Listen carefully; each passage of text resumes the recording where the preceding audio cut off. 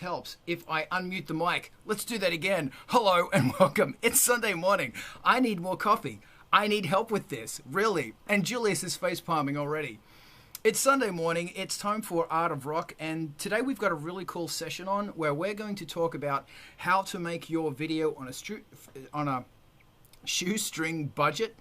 We're joined by the amazing people from all over the world with rock, and also the crazy cats from eMpTyVeeTV, because you need to get your shit on eMpTyVeeTV. But before we start, I'd like to make some public announcements. Firstly, I want you to join us every Sunday, this time, this channel, so that we can talk about amazing stuff and learn about rock and roll and go boom. All of this madness that you're watching now is made possible by the amazing people on Angelspit's Patreon. Many of them are here. These people put up with me. Boom. They're incredible, incredible humans. Big news is tomorrow something amazing drops, and that's PlanetDamage's new 8-track remix album, and it's going to be dope. It's in the description. Go there now. Comments. Boom. On other news, I just did a remix for Deadlight Holiday, and if you haven't heard of them, you need to, because they're awesome. There. Go get them. Boom. Angelspit's Bandcamp is there.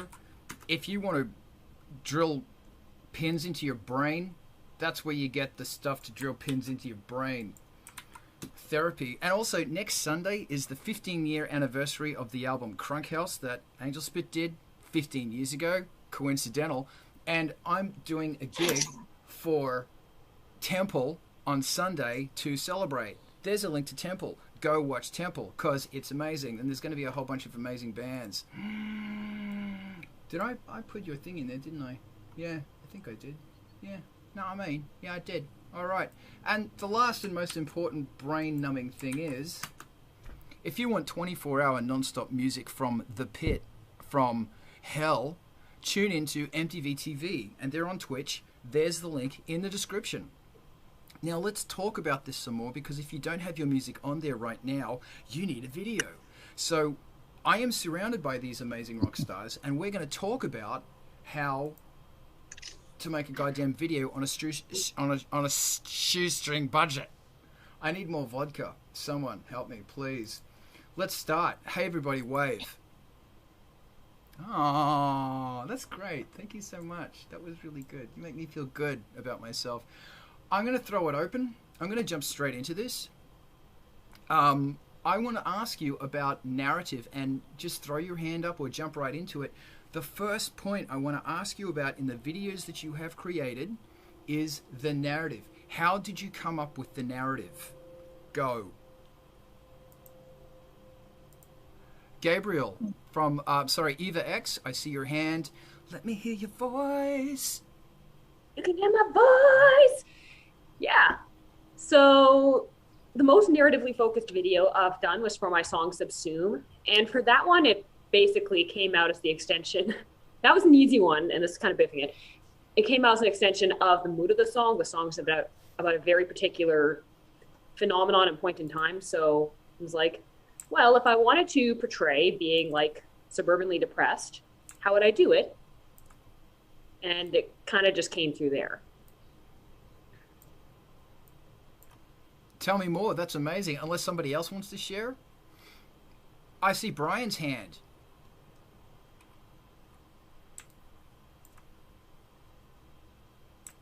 Oh, sorry, I got fancy and tried to unmute myself without standing up there, and it took me a second. I've sort of been on both sides of this, because we shot the video for Ultra Sweaty, and I thought it was just going to be like a dance video. I didn't really talk, but this is with Tank 9, who's doing like those I bust out dance videos like in a drainage ditch videos that were like hot at the time. So I emailed him, and we went out there, and I thought it was going to be just like a dance video, because he knows what he's doing, and I'm just a gangly mess, and I thought that'd be funny. And he goes, no, we have to have a narrative, like, as we're filming it. I'm like, oh, okay, there's a robot. And so we came up with it on the fly, and it was fine, but it was really haphazard, and it made it take maybe twice as long as it should have if we'd thought it out beforehand. And then I just did a video available now on eMpTyVeeTV for a side project called Crudmouth, called My Head Hurts, and that was all storyboarded out, and we knocked that out with an iPhone and an afternoon. So just at least putting a non-zero amount of effort towards it before you turn on the camera, in my case, cut shoot time in half. Thank you. And that brings us into a really interesting question of the importance of storyboarding, etc. At this time, I throw to Eva. I see your hand. I'm going to throw it to Adam first, and then I'm throwing it to Eva. So, first of all, I'm super impressed that you cut that video in an afternoon. That is very impressive organization, because that is a very detailed, all the stop motion in that is stunning. In my case, I'm gonna support what Eva was saying there. Lyric driven has been a part of my thing. In my case, I have not organized myself that well in terms of storyboarding, because what I'm doing is I'm creating from stock video during the pandemic here. I have storyboards for videos that I would like to do. So maybe as things get back to normal, we can accomplish some of that. But I have been using stock footage, free stock and found stock from subscription sites. And so to create the narratives in my videos, I was trying to find pieces that fit tone and mood, and then create essentially a collage that would carry through the videos, and the lyrics are what is driving that emotionally. That visual tone is being driven by the lyrics and the musical tone. And I will step back. Thank you. Damage, I'm going to throw it to you in a moment. Eva, shoot. Yeah, I'm really glad Brian mentioned the point about storyboarding and planning, because that we've shot another music video for Eva X that's not done yet, so I can't talk about it too much. But for that one, we actually used the free version of Previs Pro to set everything up. And yeah, working with Eric Gustus in cinematography, it absolutely rings true that the videos where we don't really have a shoot plan going in, or we're not committed to the shoot plan, are the ones that take everyone just longer effort, time, and frustration. So I'm a huge fan of having at least like a list of shots and a storyboard. I'm gonna put my hand. Oh, Michelin beat me to it. After DJ I-99, I want to go in. Damage, I want to hear your thoughts. Thank you. So Eva, I definitely have to react to what you said, because there is an awful amount of frustration whenever there's no storyboarding, and that happened. In terms of narrative, what I wanted to say is, with me, it always happened that I'm bringing in a lot of different elements, like, taking in the location, for example, taking in the different kinds of elements that you can put in terms of, all the props and whatnot, and what kind of people are involved. And then again, interestingly enough, sort of a narrative always comes up, like how can you combine these elements in such a way that there's something emerging? And with Angst, that happened, for example. And there were some videos like Vex, for example, when we just wanted to create an image video, so to say. But then again, whenever it comes to all the people who are looking at it, they start to have their own ideas about what they've actually seen, and I believe that is one crucial thing that I like to monopolize on. Awesome. Eric, I think you're next. I'm actually going to go after you, Mike, because I want to hear what you have to say. Eric, give me Spank My Nun. I will, and I can't wait to hear what Mike and you have to say too. So. I was going to add to what Adam was saying, and also to what Damage and Eva was saying too, is that even if you do the stock video, which has been very popular over this last year, and there's a ton of free resources out there for stock videos, you don't have to go steal something without permission and unlicensed. But there's a narrative that you can put together too. And even I did the video for Frontline Assemblies Unknown, and we did a full narrative for that. So there's a very clear narrative going through the whole thing about leaving this planet to go to another planet because we destroyed it, and what do you know, we destroyed the next planet too as soon as we get there, you know. And but that was all through stock video and some After Effects that kind of put some things together. But then also, yeah, there are those ones like what Damage was saying where it's really kind of a mood or a feeling narrative. It's not a fully written out one like we did for our Alice in Wonderland one that was like 12 minutes long. It was very detailed, written out, all the shots, multiple people involved. But sometimes it's just that feeling that you're going for, and you're just kind of like building a feeling through the whole thing, and people can interpret it their own way. Thank you, Eric. DJ TI99. Yes. Yeah, I was going to add a little bit to that too. One of the things, because I was thinking about what Adam was saying about stock footage, and one of the things I've done too is gone through and just collected tons of performance footage, and it was tough over the last year, but I've done it over the years with some of the bands I've worked with, and just having your own B-roll from going to live shows and getting as much as you can, even if you end up using it years later, it's really handy to have. You know, and as far as storyboarding and things like that, it really depends on the band. Sometimes I've gone in without it. Sometimes I've set up a whole production book where I've gone through and scripted out all the lyrics, all the ideas, and then gone through and storyboard the entire thing. So, you know, it really depends on how much time everybody has too, pre-production. That's awesome. If you could also turn down your mic, it's kind of loud. It's all good. Is that better? Yeah, turn it up a bit. Oh, okay. Is that good? Bit more. That good? That's great. Okay. Mike, the Videopunk, hit me with your rhythm stick. So I'm going to preface this by saying I'm locked out of my apartment. So like I'm in a big hallway. So I don't know if y'all can actually hear me or not. Like I'm just on my phone, so I'm sorry. I think that it's very easy. So I guess my gut reaction is music videos don't need narrative, which makes me unpopular, I'm sure. I think all music videos should have some sort of thesis statement and some sort of thematic elements that tie the whole thing together. But I think sort of we might want to define what we mean specifically about narrative. Because when I think narrative, I think things like feature films where there's a story, there's 3 acts, plot elements, character development. And it can be difficult to develop characters in that way in 3.5 minutes while angry robot noises are screaming at the viewer. So I've done my best to stay away from the sort of like short film music video in the videos that I've done, but they really tried to focus on these thematic elements and sort of the central idea and build sort of our pre-production, always building pre-production around those elements. Yeah.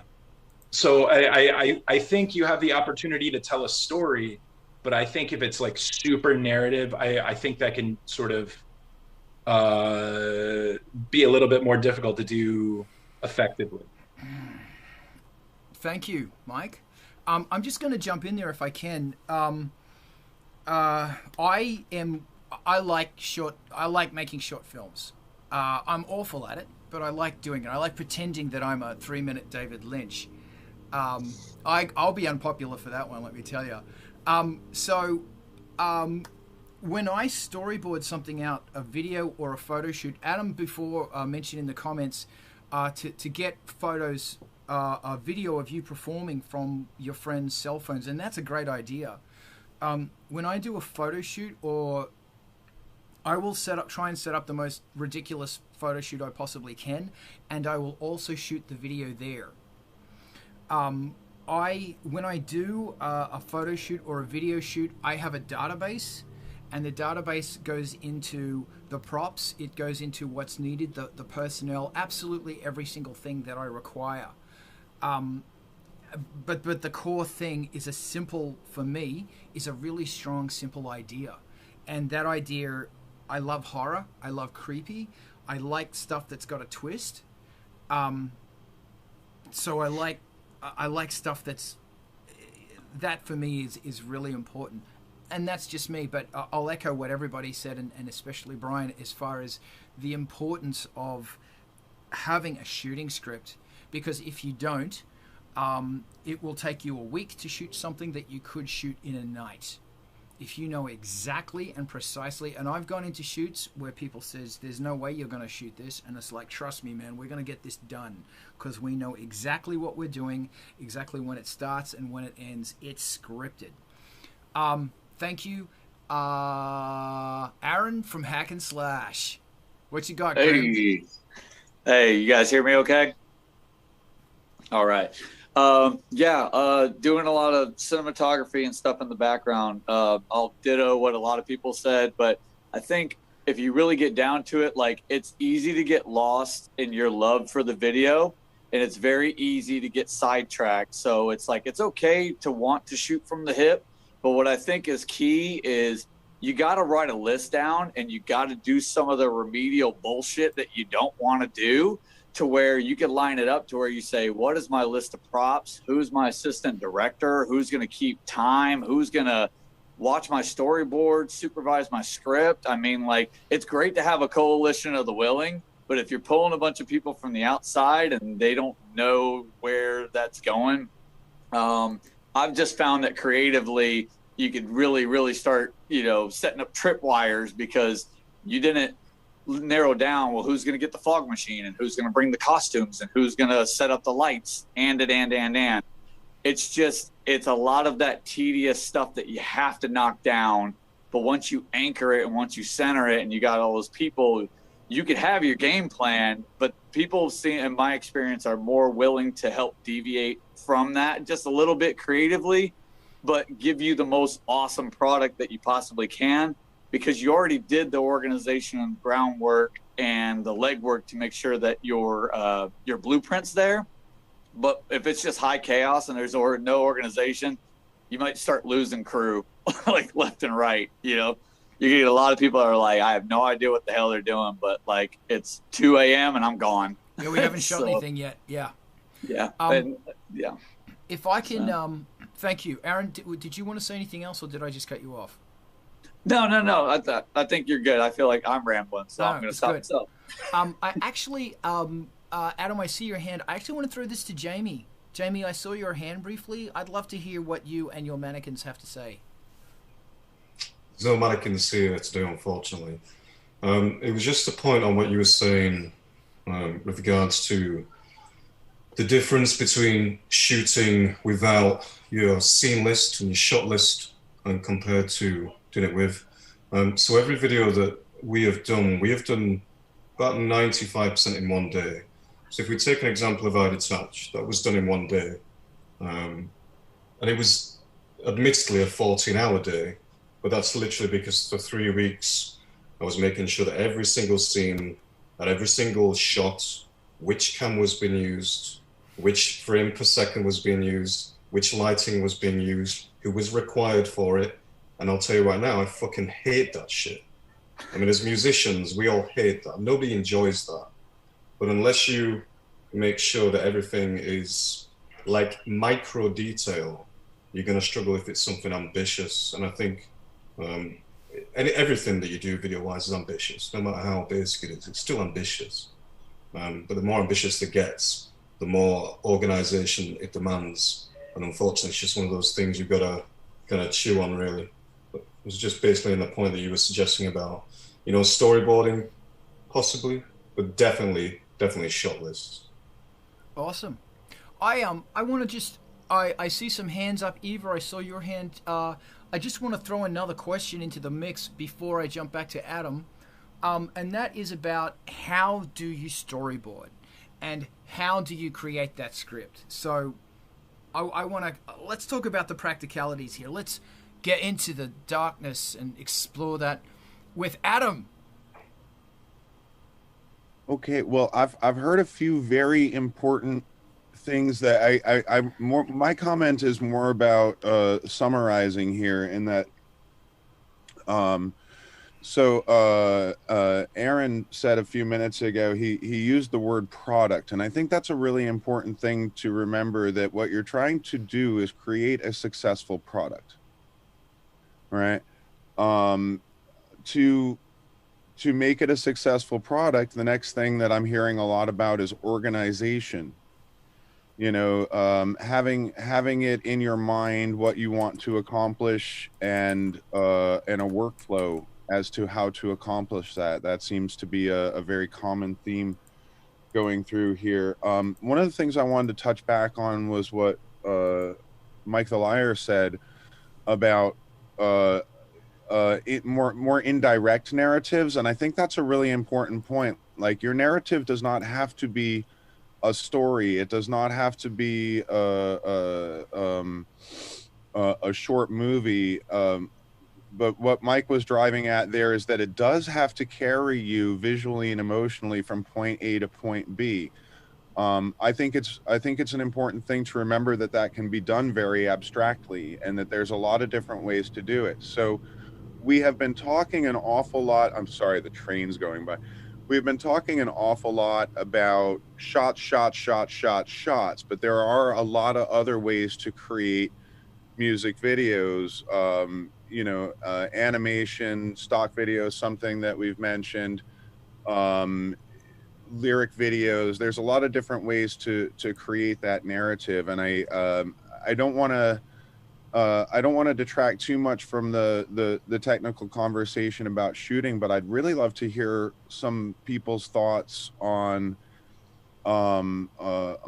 producing videos without cameras, for one part of it, and more about how would you say, like what Mike was saying and what Aaron was saying about that shooting from the hip kind of idea, in terms of what are some of the outside ideas or the things that you weren't planning that ended up being super interesting features in your videos, or things that you didn't expect that work, if that makes sense. Awesome. Can I just, Mikhail, I see your hand. Eva, I saw your hand as well. I'm going to throw it to Mikhail. Am I saying your name right, Mikhail? DJTI99? Oh, you're muted. Michael. Michael. Yes. Thanks, baby. All right, Michael, the floor is yours. Yeah, you know, it's interesting because I've done some non-narrative videos. For one of my side projects, I do an ambient project called Mr. Heartbreak, and I set the camera opposite the sun for 2 hours for a sunset, and for one of my longer jam tracks that I did. Yeah, I mean, narrative's nice, but there's also a lot of abstract things you can do. There's performance videos. There's a lot of experimental, avant-garde, ideas that you can use as well that may not necessarily. Well, I mean, I guess it's fall into narrative. I mean, yes, you've got like Andalusian Dog from from Dali, which I guess has some sort of narrative, but that kind of work as well. And as far as organization, again, it really depends on the project. So awesome. Can I just be interrupty jerk for a second and say that Jesus fucking Christ. Well, yeah. But I think it's interesting to look at anti-narrative as being a narrative. Like, how weird can you make it as a narrative, right? I love that point. We're going to pick up on that. I'm going to throw it to Eva, then Mike, Liar, jump on in. Eva, go. You're muted. Got it. Yeah, I have to admit, some of my favorite videos that we've done for EG Sin are videos that's just a performance and a couple of vignettes. We did one recently for a band called Werewolves, where part of the appeal of it was we actually shot the song and everything in halftime and sped the footage up in post. And the whole video had this crazy jerky effect. It was just a very simple performance and a couple scenes of us running around with Bristol board. and it created a really cool effect. So yeah, I'm definitely interested. I like doing stuff that's also got more of a performance than a mood than a really intricate story. You can do a lot with the performance and like a vignette, or I guess the film equivalent of a short story is a short film. Cool. Mike, what you got? I'm going to step back to the technical real quick. We were talking about how important pre-production is. So I work in post-production primarily, and everyone always hears fix it in post, which is never a good idea. Yeah. So something that I've seen like stickers and t-shirts for, like I've screamed it at production managers, is fix it in pre. So typically when you're in post-production on something, or even in production on something, there's time limits. Like you have to do this music video, it has to be out to meet the press deadline, things like that, or you're actually on set, you only have your location for so many hours. But pre-production really doesn't cost you anything. You can sit there and spend as much time as you need to get everything organized before you involve other people. So if you can fix it in pre, then you will save yourself a lot of time, a lot of money, and a lot of heartbreak. Thank you, man. Grim. Hey, I would probably say a huge part to tailor to what a lot of people are talking about. Don't underestimate what you can do with practical effects versus shit that you can do on a computer that's all bells and whistles stuff. In other words, if you're trying to capture that feeling and you're trying to make people feel uneasy, start shooting at a Dutch angle, start shooting upside down, do things that are really weird and oddball, but it's those things in the moment that can make it work. We spent the better part of like 10 minutes. We were setting up all this stuff for an episode. But all of a sudden I was like, yeah, I just want to go for horror. I want a Dutch angle. I think it'd be really cool because it's a long hallway and he's wheeling a body on a cart. And then the cameraman's like, I'll do you one better. I got a camera rig that can do a full barrel roll. So I was like, holy shit. So again, practical versus trying to spin it on a program. So he's got this sweeping 360 barrel roll shot as this cart goes down the hallway. And it is like badass. It's one of my favorite shots I've ever done, point blank period, to this day. But there's a lot of stuff that you could probably do, and you could do it on the cheap. I mean, you can get colored cells to put in front of the camera to throw the lighting off. You can maybe work with glass in front of the lens. I mean, there's a lot of things that I think, instead of just trying to go overkill in post, you can do it right there in the moment, make it really badass. And you don't need top tech to do it. Hell, you can get a wheelchair from a Goodwill and have somebody sitting in there with your camera, and that is your rolling shots, your trucking shot, your tracking shot. That's using all those tools, or get a longboard, put somebody on a longboard and roll them down the street to help shoot your chase scene or part of your video. It's just, I'm a huge fan of practical. I don't like monkeying around with a lot of extra effects if I don't have to. No. Awesome. This actually brings us really nicely into the concept of, as far as the tech tools and what you're using, like software, editing software. Let's get technical here. What do you use? Do you use stock footage? Are there free tools or resources that you use? Are there camera options, things that you do? Are there lighting fun things you do? Do you use public domain? All the hands are lighting up right now. I'm going to throw it to Michael. Sorry, I lost my mouse there. It's really interesting. I've done things with a cell phone. I have a Moondog like anamorphic lens adapter for my cell phone, and it cost me $150. And it gives it a full cinematic look. You've got inexpensive tools for your phone like Filmic Pro. If you have an iPhone 12, now you can do 10-bit color, so you can have high dynamic range. DaVinci Resolve, they have a free version of it. I have a Blackmagic Pocket Cinema 4K, so I got a license for the full version. But I mean, for the most part, you can get away 90% of what you need is in the free version, and there's just all kinds of stuff. I mean, people have shot feature-length films with a cell phone. I know that Soderbergh did. There was that film Tangerine.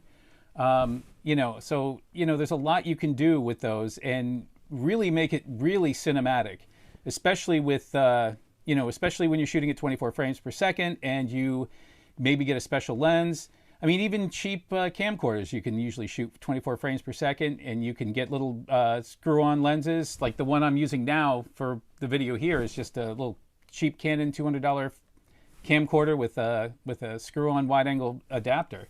So yeah, there's a lot you can do. And I want to say one other thing. I don't want to keep going on, but one of the things that's really helped me out is joining my local makerspace, because I've been able to do things like make 3D print gear rings. And now I've got access to a mill, so I can make all kinds of things. I can make myself a Dana dolly for just the raw materials. So, I mean, not everybody's going to have access to all of that, but you know, at least your local library probably has access to a 3D printer and things like that. And a lot of those tools you can make yourself and really save a lot of cash. I love your face. Mike, I love your face too. I love your face, Mike. Give me your wisdom, oh my prince. So, yeah, like Michael said a lot of the stuff that I was going to say. But regardless of what camera you're shooting with and what software you're using, I think my biggest tip is just get closer. I've seen like a lot of like iPhone like shot stuff where it's shot in like medium shots and people are doing stuff and like that looks really flat. So when people talk about things like shooting cinematically, like consider shot sizes that aren't medium shots or wide shots. If you're in a close-up, get closer. Like always push against this notion of like, oh, I'm close enough. No, just get a little bit closer and you'll be happier. But yeah, there's tons of free tools. There's tons of tutorials. Like video people love talking about video shit. So if you have an idea for a thing, look on YouTube and see if you can find someone who's done it, who explained it, both in software and hardware. And yeah, I'd also like to parrot this notion of like anything you can do practically will look better than After Effects. Always, 110%. Thank you, Mike. Adam, your hat. Oh, hi. So yeah, real quick on tools and things that are available. So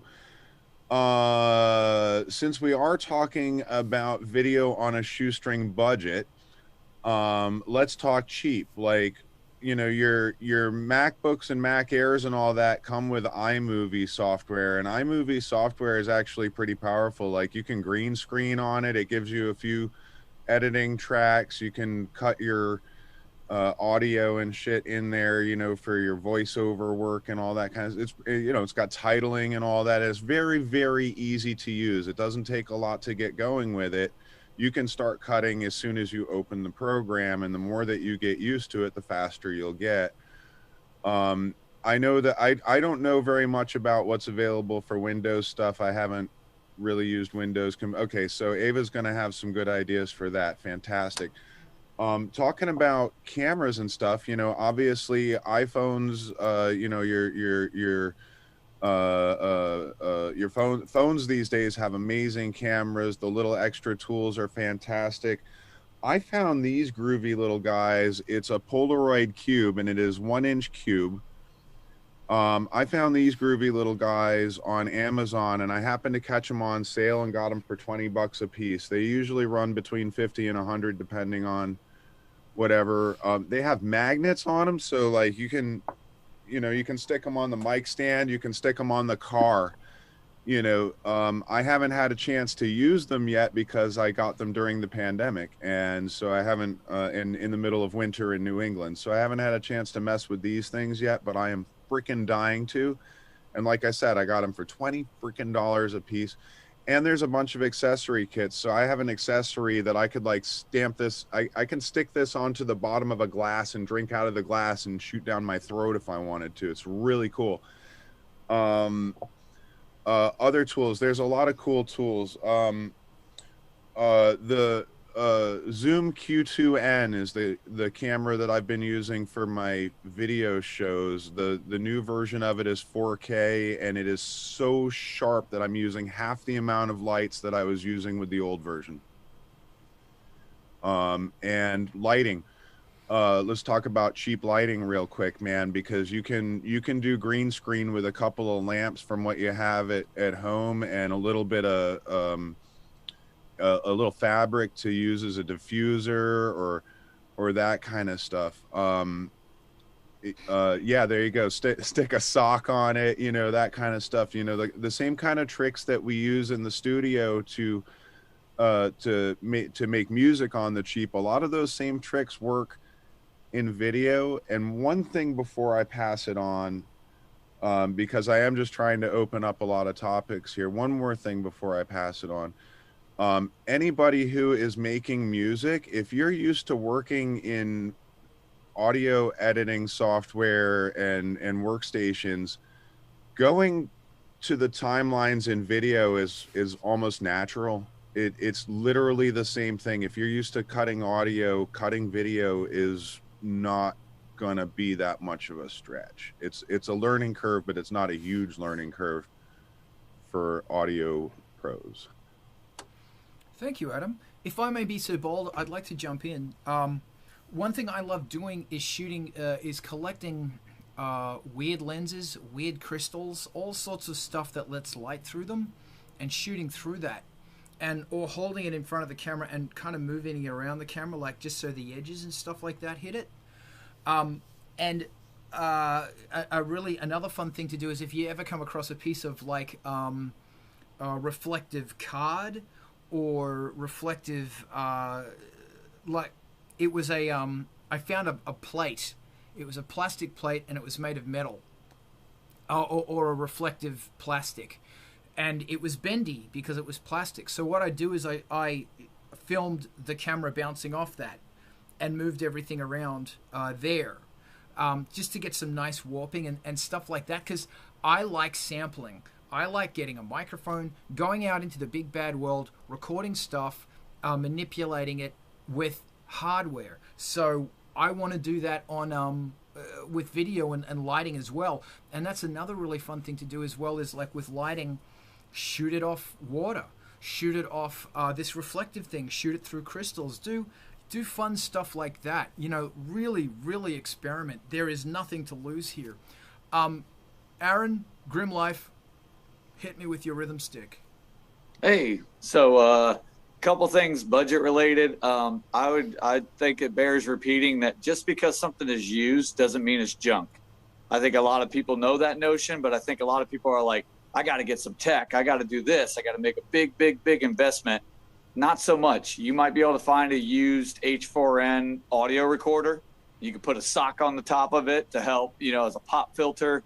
You know, those in particular kind of help you kind of reassess the noise that's in your life if audio is a big part of your project, because you might not hear that the air conditioner is running or that there's a dog barking 8 doors down but that's going to pick that up. But I'm getting away from the point. Like I said, used doesn't mean that it's junk. And I think you can find a lot of those if you're just willing to scour and, you know, search out everywhere that people are selling things. I had another point, and for the life of me, I can't remember it. You were talking about just doing stuff in camera effects. Crystals. Yeah. Oh, shit. Yes. Okay, for the love of God, I can't believe I forgot this shit. If you start to experiment more and more, if you look up the 25 shots, that's like a great groundwork for a lot of the shots that you see in cinema, but you may not have an active term for. And I'll say another thing, just as a quick aside, there's a lot of times where you start that you want an effect, but sometimes you have to rule out if that effect's going to be harmful to your shoot. So in short, there's a lot of people that are like, oh man, I want this really cool foggy effect for the room. But fog can create a lot of digital noise. It can clutter up your shot. It can be really harsh in the editing process. But there's some shit that I ran into a couple years ago called haze in a can. And if you guys have never seen that, it's fucking incredible. So, excuse my French. But it's if you spray haze in a can, it will catch all of those light rays that are piercing through your window. it'll catch that golden glow. It'll catch all of the movies where they want to mimic the dusty room thing. If that's what you're shooting for, haze in a can isn't terribly expensive, and it kicks serious ass, and it lingers a lot more than fog, and it doesn't set off your smoke alarms. Bam. Thanks for the life tip there, Hack. Damage. Hello. So I think I'm going to go into a very opposite direction. Like, we were talking about the physical effects, and I would like to focus a bit on the digital raw material. A lot of the times that I came across are tools that you can generate pretty easy to do, like generative algorithm-based stuff that you can use for smaller or shorter shots or background layers or whatever. And I don't know if you guys use live coding, but based on the algorithm or live coding sessions, there are a bunch of different coding systems that can help you with generating really awesome real-time visuals on the fly, so that you could just sync it up with your audio, and then you have all your extra layers there. Like processing does that. Touch Designer helps a lot. And there was one idea that I wanted to share. I'm not 100% sure that it works really well. A lot of times, when we're trying to think visually, I think we do go back to the favorite scenes that we'd sort of like to imitate in a way. That, I really like that thing. I would like to either take its speed or momentum or vibe of it. And there was this notion what if you just take the video shot and put it through a number of effects and record it with, I don't know, from a different angle with your smartphone. So it's got the noisiness, it's got that, I wouldn't want to say physicality of it, but it's got a very different vibe to it. And based on all these things, I'm not 100% sure that it's illegal to use. Because you can't really figure out what's going on the screen, but that could be something that you could use as another bunch of 10 seconds or 20 seconds. Love it. Yeah, Eva, I'm gonna jump in after you. Michael, what you got? Yeah, I was gonna say one of the good things too is going back to the idea of use isn't bad. I use a lot of vintage photo lenses for shooting, especially from the late 60s, early 70s, because they have lots of imperfections in them. A lot of them were still hand ground. So it was just before they had, so each lens has its own personality. And none of them are super sharp, so they give you that kind of little vintage feel to it. And because they're cheap, you can do things like modify them pretty easily. You can do things like scrape the coating off so you can get a little bit more lens flare. And things like that. So, I highly recommend those. And I had some other point, and I can't remember what I was going to say, because I'll just kind of turn it back over to you all. Thanks, Michael. Eva. Yeah, I definitely want to talk quickly about video tools for us PC heathens, because we tend to, everyone is a Mac in this industry except me. I've shot videos on the phone, on the webcam that's perched to my laptop. These days, Eric and I shoot on like a cinema camera rig, which obviously isn't super budget. Oh, nice. Eric too is also a PC. There's two of us. Yeah, I did a lyric video last year for one of my songs, A Softer World. And I actually did that one by having my friend who did the album art do a couple short loops for me. And then I stitched them all together in Adobe Premiere Rush, and used a product called Superstring to put the lyrics on top of that. I could have done the background in Superstring as well, but I wasn't getting the granularity I wanted. But yeah, I'm going to echo DaVinci as a beginner editor is not friendly software. Like the timeline of that, and it can be difficult, but for free video editors, it does not get more powerful than DaVinci. So if you're on PC or looking for a cheap editor, I would encourage you to brave the steep learning curve and just,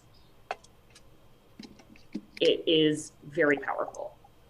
Can I just jump in and ask a question for PC guys? Is there a simple video editor? I know, Carl. Is there a simple video editor like iMovie that somebody can jump in and just kind of start using, like the Audition version of DaVinci or something?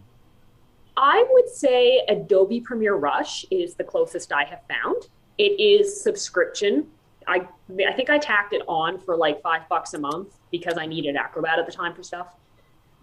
And that is like, it's pretty limited, but you have basic transitions, effects, you can stitch scenes together. So if that's all you're trying to do, if you want to do overlays or anything more complicated, you need to bump up a notch, but Premiere Rush will do the trick.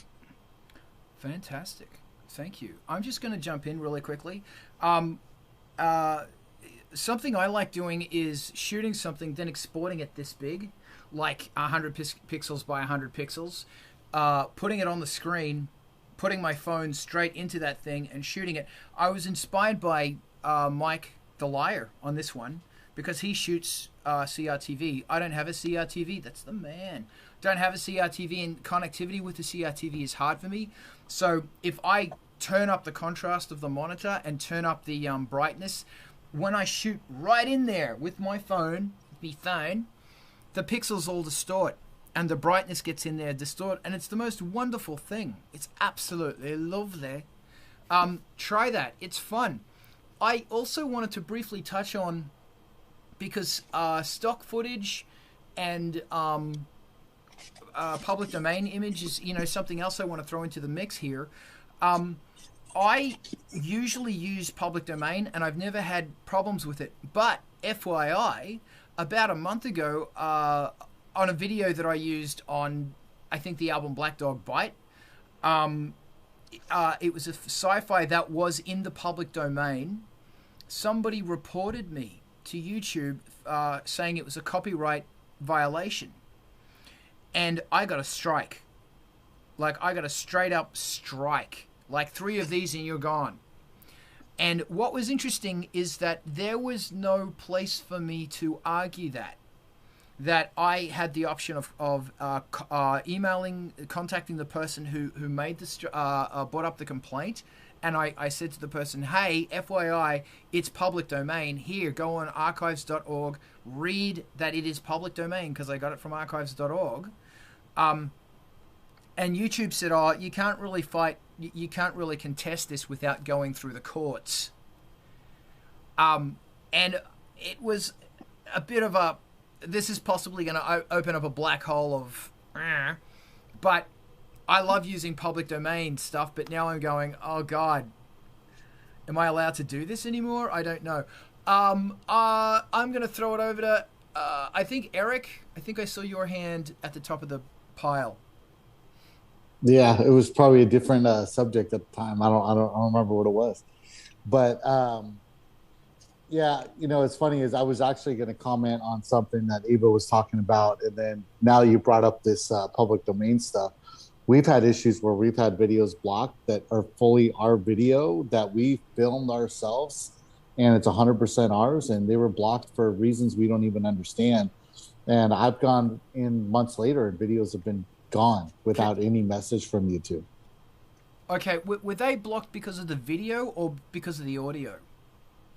It was video. Well, I've had lots of ones blocked by audio. That's a different issue. But the video, just talking about the video here, it's like I did one, our song Slow Suicide. They blocked it at first and said, if you need help with suicide, you need to call this number, 1-800 blah blah blah blah blah. and I'm like, well, okay, I still want to post the video. And then so like we had to go through, I'd posted it 3, 4, 5 times, and then finally got up there, and then it was taken down. But then it was saying that it was from someone like had a copyright issue, and I'm just like, there's one thing after another. It's like it was just like that video attracted like the wrong attention. But it's up there now, and no one's complaining about it for a year. But yeah, we've had, just weird things where it doesn't even make sense, like, that YouTube can do and stuff. But the one thing I wanted to say earlier is that one of the most discounted things you got to take a look at is you have Instagram on your phone. You're lucky if you don't. But if you have Instagram, they have some killer filters. And some of the stuff that Carl was talking about, where you're kind of resampling and getting these grungy looks and these kind of degraded looks, people put out some of the most like horrible filters there are. They just look horrible. But if you use them right, there's thousands and thousands of filters you can get for free on Instagram that just give these like really bizarre effects and things, and you use them out of context from how they usually build them. And you can get just some bizarre effects that work really great in your videos. Awesome. Thank you, Eric. Adam, wow, your hand's up. Wow, waiting your turn. I'm so proud of you, man. We've made a step today. And now you can talk. You're muted, and I swear to God, I didn't mute you this time. Sorry. The DMCA stuff is a slippery slope, so I don't want to run down that. I do want to talk about stock footage and public domain kind of stuff, though, because I've been, as I said, that's how I got started on making my music videos so far. And if it weren't for those wonderful creators who are out there sharing the work that they've done, I wouldn't have my music videos on eMpTyVeeTV, and it's my own fucking channel. So stock footage, man.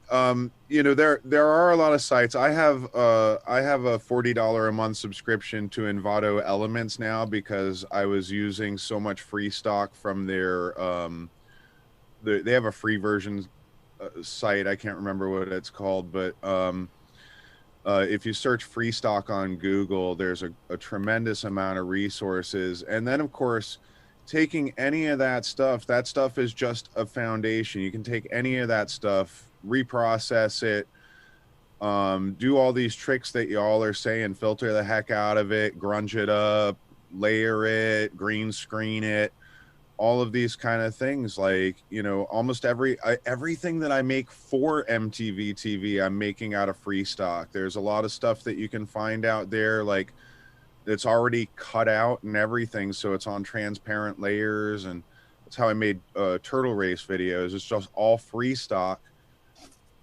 you know, backgrounds and a silly animation of a turtle. But that was what I was driving at. Again, the whole thing being the shoestring budget, is that there's a tremendous amount of stuff out there that is free. What I wanted to ask you, what was the site that you were just referring to for the public domain? Archive.org.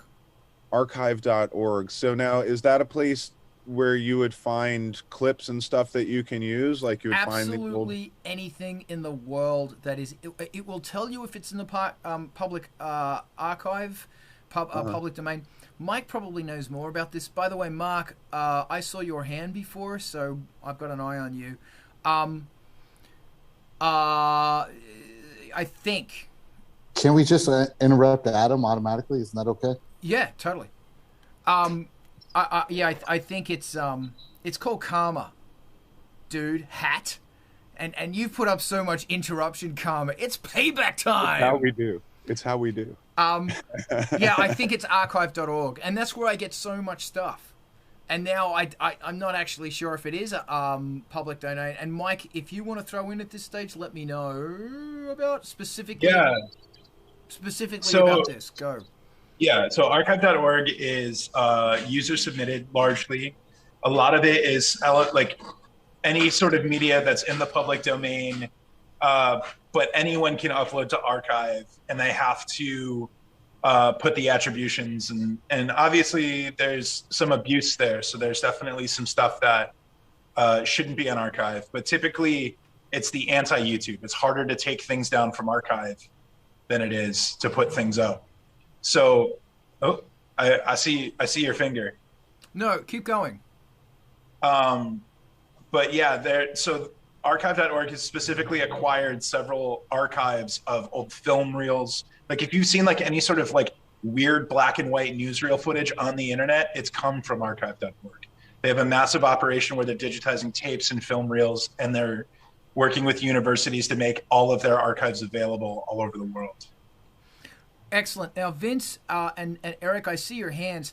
I just want to stop on this for a moment because getting blocked, of course, if you have your video on eMpTyVeeTV, you don't get blocked because it's streamed 24 hours a day, 7 days a week. eMpTyVeeTV, serving fucked up shit to your fucked up brain. So, Mike, therefore, is it a possibility that, because I know we were talking, Damage was talking about this earlier, like on an email with me and Brian, we were dressed up as nuns, spanking each other. Hi, Eric.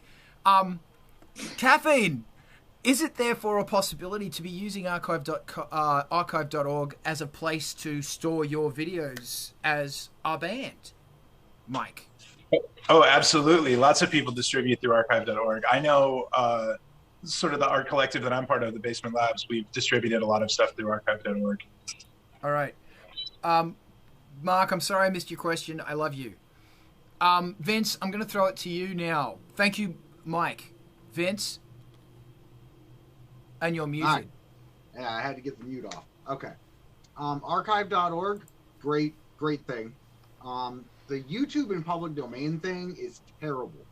The music video I did that's on eMpTyVeeTV, Solace, I put that on YouTube, and it's made entirely of clips from Vincent Price's The Last Man on Earth, which is public domain. But somebody put a copyright claim on it because they also have clips from that movie on their channel. So they put a copyright claim on it, and because the clip was on their channel first, YouTube pays them every time my music video plays. Okay. Yeah. Also, we are just going to wait, sorry. have a whole nother forum. Yeah. about I know. So back to you, Vince. On the note of used is not always bad. The older the equipment is you can get for shooting video, a lot of the time, based on the type of art a lot of us here make, the older the equipment is, the better, because you end up having to do less digital things to get that fried look out of it. When you use old equipment. I use old equipment for my music. I don't buy I buy almost nothing new. Thank you. If you still have to go, please let me know. Then I want to interrupt you. No, I'm good. Okay, great. Thank you. Firstly, yes, this is a slippery slope going down the whole getting blocked. But at some stage, I want to have this discussion because all of us get blocked. And if it's not audio, then it's video. So, and of course, unless you stream onto eMpTyVeeTV 24/7, you don't get that problem at all. eMpTyVeeTV, streamed real time. No algorithm can touch us. And I will just really quickly say, I want to have a talk about technique, or as the French say, technique quoi. Sets using what you have, the spaces you have and you're in, which is so a broken sentence in this broken time. Fuck you. Green screens and crowdsourcing.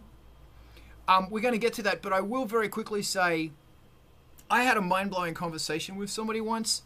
Only once. Every other time, you suck. But this one time, I had a conversation with somebody, and I was talking about how I collect analog synthesizers, and it's a problem. And this person was saying they collect Russian lenses from 1950 to 1960. Yes, exactly what you were saying before, Michael. And they were saying that same thing. As soon as you shoot through that, it looks like a Russian newsreel. And what you said, Michael, really made me go, oh yeah, they were done by hand. There you go. Okay, so let's talk about technique, or as the French say, technique quoi. I want to know about sets, how you made the sets, especially in lockdown. How you shot it, what you did with your space. And Eva, I saw your hand. Hit me with your rhythm stick. Hit me slowly. Hit me quick. Hit me. Well, I actually was jumping in on the used is not always bad from the perspective of someone who makes fairly high gloss shit. Like, I did my entire EP and a good chunk of my album on previously loved gear. My camera is previously loved, so frankly, like, even if you're not doing more retro sounding stuff, used gear is wonderful. And I guess I'll talk about sets. So for the most recent music video I actually finished and released, Black Blood, we basically got an opportunity to create a video for SpankTheNun. Actually, Eric was like, hey, you want to premiere a video? So Eric and I were sitting in a government mandated quarantine in my basement. Like, what do we have? We have an interesting wall over there. Eric has a bunch of digital overlays. We're going to throw that together into a video. So a large collection of overlays in the wall later, we had a performance video. So just creating with both practical and digital effects a space that had a little more interest, like doing something with the textures around you. If we hadn't had a magically textured wall, we could have done something similar with a backdrop or a green screen. I'm not a big green screener, but you can do quite a bit with even just like throw some curtains up to give you a little texture. Fantastic. Thank you. Now you're muted.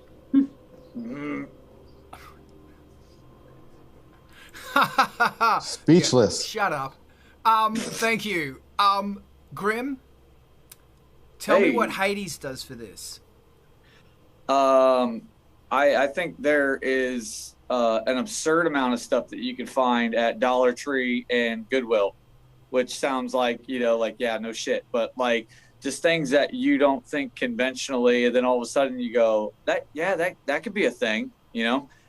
You can get a lot of flowers on the cheap from Dollar Tree and shred them up and use the petals, and then you could slow those down as they free fall, you know what I mean, if you're editing savvy.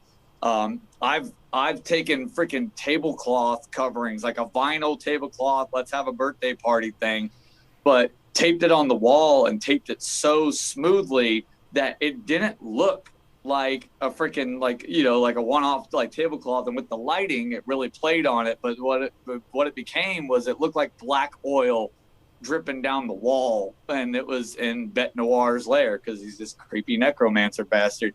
But the point remains, it's like Goodwill, Dollar Tree, all that. It's how you put it to use. And as a quick aside, I recently saw a video where they had completely ripped the guts out of VHS tapes and wrapped them around her hands to make long, like, it looked like diva gloves. But then there's these trailing streamers of like, it's like a whirlwind. It's like the shiny maelstrom that was trailing off the hands. And then if you play with the editing, you could reverse it and you can do all kind of just really badass effects. But yeah, cheap. It's just how you use it. Thank you, Grim. I see your hand. Oh, Adam, tell me about your hat.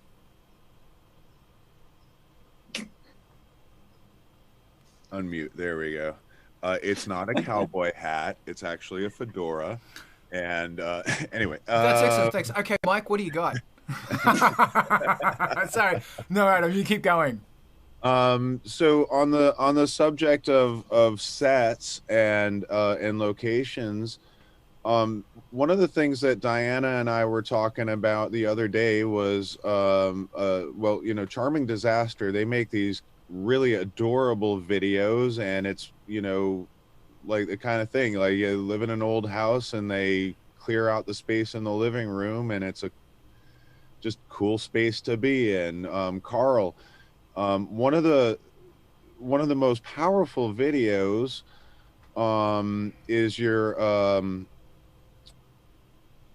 All Puppet No Master.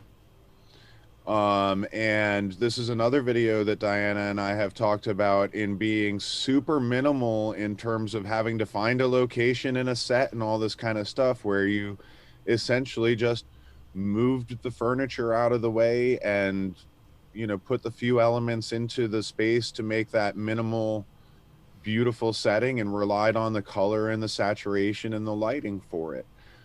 And of course the narrative. But, you know, we see a lot of stuff, you know, like local finds. You know, there's an abandoned building somewhere within 50 miles of you. You know, there's an interesting street somewhere. There's some woods or something that you could go run around in and find a cliff to throw a camera off of or something. You know, I think in terms of building sets, you know, some of us coming from theater backgrounds, when you start talking about building sets, we're going to break out muslin and paint and start building frames and staircases and shit like that. But it doesn't have to be anything like that. As far as I want to say this, actually, like, let me interrupt myself to say, as far as eMpTyVeeTV goes, we appreciate any efforts that artists are putting into their work, like having a cinematic production on a like commercial set Beyonce kind of level is not at all what we do. It's if you've got videos that are as amazing as Jamie's, great, but most of us are working on the cheap, and most of us are doing it independently. And so our mission is not to critique your work, but to inspire you to do the best work that you can with the tools that you have available. So even if you don't have a great deal of experience in working with video, or it's your first shot out and it's really just a collage or something of still images with your lyrics on it or whatever, like, we have videos like that on the channel. Like, we want you to be played and we want you to be heard. So just the process of putting your music to image, right, is getting you that one step further. The more creative that you can get with it, and the more that you can use the tools and all these things that we're discussing today, the better. It's going to enhance your creativity. It's good for your own mind as well, and it certainly helps to push the message of your music, the intent behind your music out to your audience better, and to bring that audience back to you more. The more compelling your visuals are, the more it's going to attract people into your music. But the most important thing is just to have you guys out there doing it at all, and taking any of this information today, getting out there with your cell phone and running around in the woods for a while, or finding an abandoned building and running around for a while, and putting your music on that and getting it to us. And I'm done interrupting myself. Thank you. And I will actually also pick up on that, Adam. It's very important for us to get behind eMpTyVeeTV. It's very important that when we do a show or a presentation or anything else on Twitch or Facebook, we raid, using the raid function, back to eMpTyVeeTV. We take that audience and we send them to eMpTyVeeTV, and we give that back to the community. We, every week, put a mention in your social media. Hey, do you want 24-hour non-stop music from the dark side? Twitch.tv, eMpTyVeeTV. Every week we have to do this. We've got to push this channel, because we have a problem with digital noise in our community scene world internet environment, where piercing through that digital noise is so hard. You have to pay for it. You don't have to get paid to play on eMpTyVeeTV. You just send them something. If all of us work together to make this thing the thing that cuts through the noise, we will help each other. That's what we have to do. We are a tribe. We must help each other. I'm looking over here. I think, Eric, I think your hand's been up the longest. I don't know how to read this shit. Go. Hands up. It's funny is that Jamie's not on here anymore, but we were talking a couple months ago about a live video shoot he did too, because it's not always about, just a video. But we do a lot of streaming. Carl does some really cool stuff with his live stream with Angelspit. And, we've had discussions like this too, where it's just like, what can we do? What can we do to kind of set the mood? And sometimes it's just adding a second camera or a third camera. And it could be that cheap $20 Polaroid, like what Adam put out there. But a lot of the South American bands that I've been working with the last 6 months, they just get that, they're just trying to get that second camera angle in there, and that makes them feel very professional in their video editing that they're putting together. And then I wanted to go back to the set thing. Is green screen is a great tool, and I don't think enough people use it. It's ironic because Carl's got a green screen behind him this whole entire thing, but the green screen can be used in so many different ways too. A lot of people, they'll look at it like, okay, I get in an Adobe Premiere and I know how to perfectly get that green screen out and get a perfect 4K representation of my video. But sometimes it's, what does it look like when I try to use it through OBS or through some Blackmagic, hardware, or some of the other stuff I've heard some folks talk about? It gets a little grungier and a little dingier and a little bit more edgy. But sometimes it's layering those things on top of each other that give you a really cool kind of effect. So it's just experimenting with a lot of that stuff. Sometimes it's getting it perfect where you can nail it and get that green screen out of there perfectly. And then it's dialing it back a little bit to just get some of that feeling back into it, like a sample. Awesome. Thanks, Eric. I'll just really quickly jump in before I cut to you, Michael. Mike, the liar, Videopunk, if you want to see the cutting edge of what you can do, watch Mike's stuff, including just walking down a hall was so cool. Mike, I'm going to throw to you in a couple, but that hall was great. But what Mike does with Videopunks and Basement Labs is, there it is again, is groundbreaking. So check out those guys because they're nuts. Michael, not Mike, Videopunk, Michael, DJ TI99, hit me with your rhythm stick. Well, I mean, I want to kind of emphasize again, a lot of stuff. First of all, I can't remember who it was that, I believe it was Mr. Reaper who was saying the dollar store stuff and thrift store. I'm going to be doing special effects supervising for a sci-fi short film, and that thrift stores and dollar stores have been wonderful for just about everything. You can make things just about out of anything.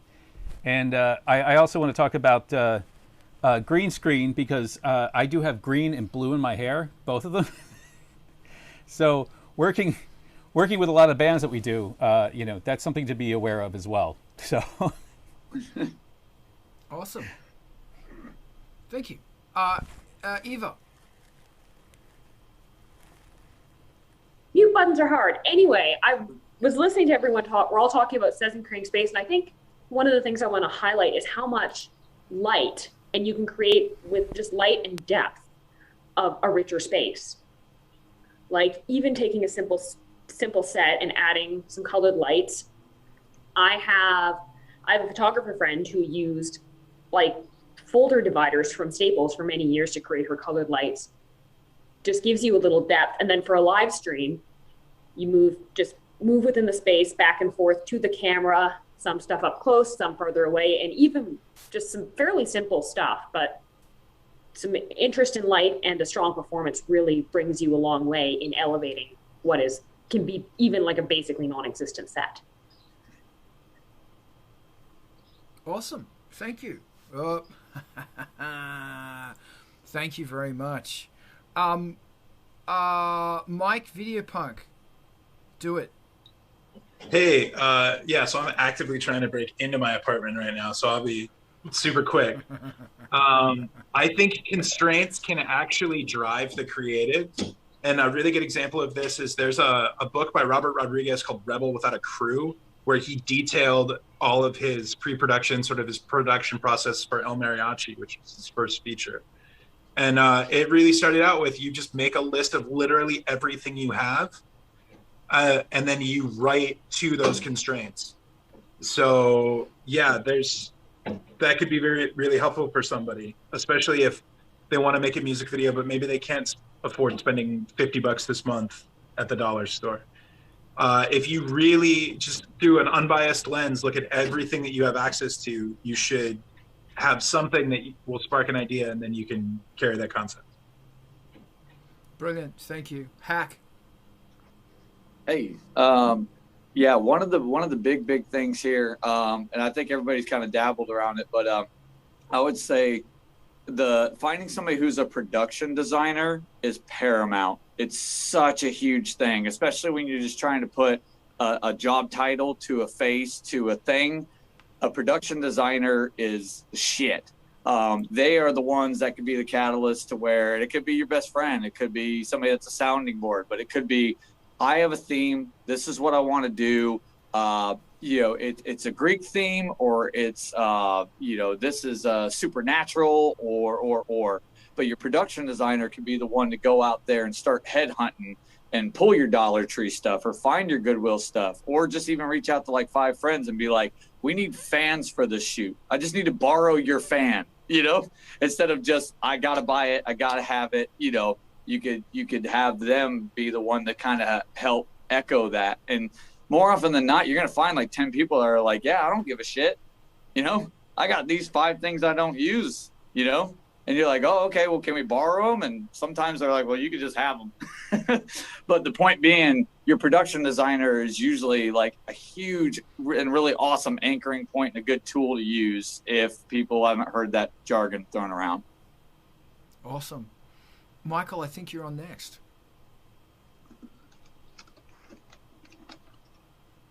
Sorry.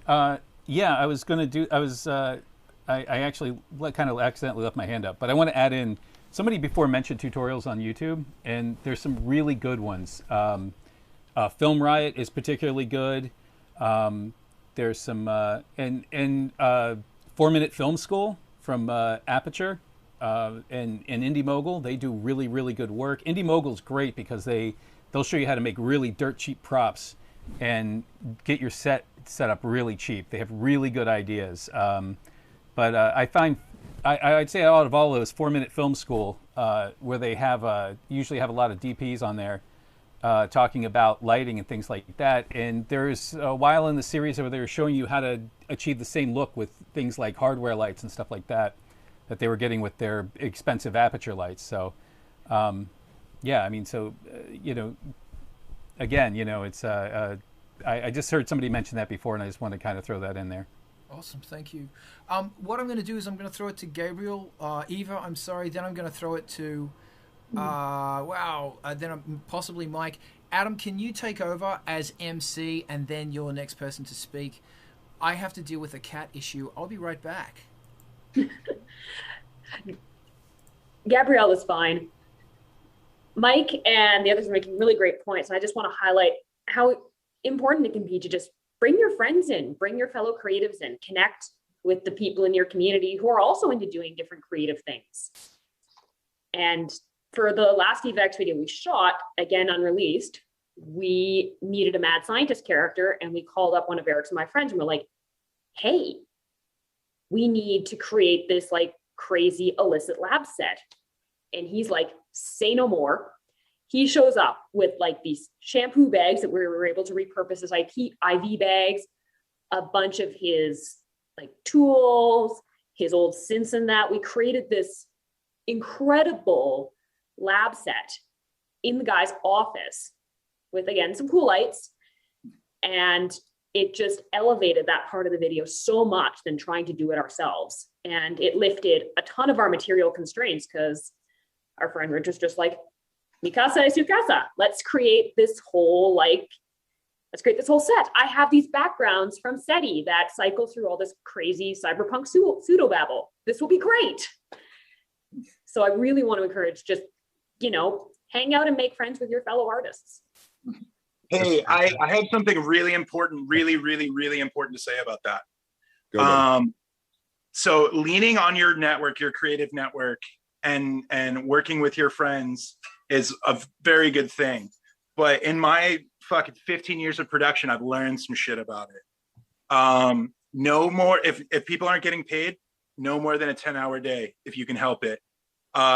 Feed everyone, like full on stop work every 4 hours and make sure that they eat, because they're not professional. Like, you know, professionals on film set, every 6 hours we stop for a meal, but make sure there are snacks, make sure there are bottles of water. When everyone shows up in the morning, make sure that there's coffee and food. As long as your crew is fed and they're not drinking liquor, they will be happy and they will follow you literally forever. But like, there's things you need to do. You need to meet them halfway.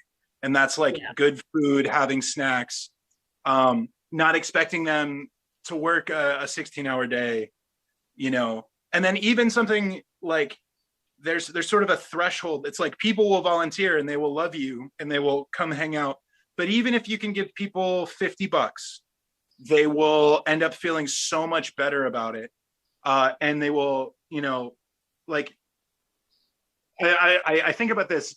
I did a short with Adam in like 2006, and I didn't know these lessons, and it was a miserable experience, I'm sure, for everyone involved. I was very excited because I was making a short, but I'm sure literally everyone involved had a miserable time, and they still think about how much that sucked. And the end product was cool, but yeah, if you can feed your friends, feed your crew, and then really tell them up front, like, hey, we're walking out of this place at 10 p.m.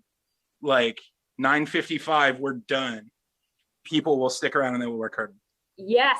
Oh my goodness. I actually used to model before I started Eva X and do burlesque, and the number of people who would be like, hey, can you do my music video and we'll like party after? And it's just like, okay, but I'm a professional. You want me to show up and deliver like a performance and choreography, at least offer to cover my gas.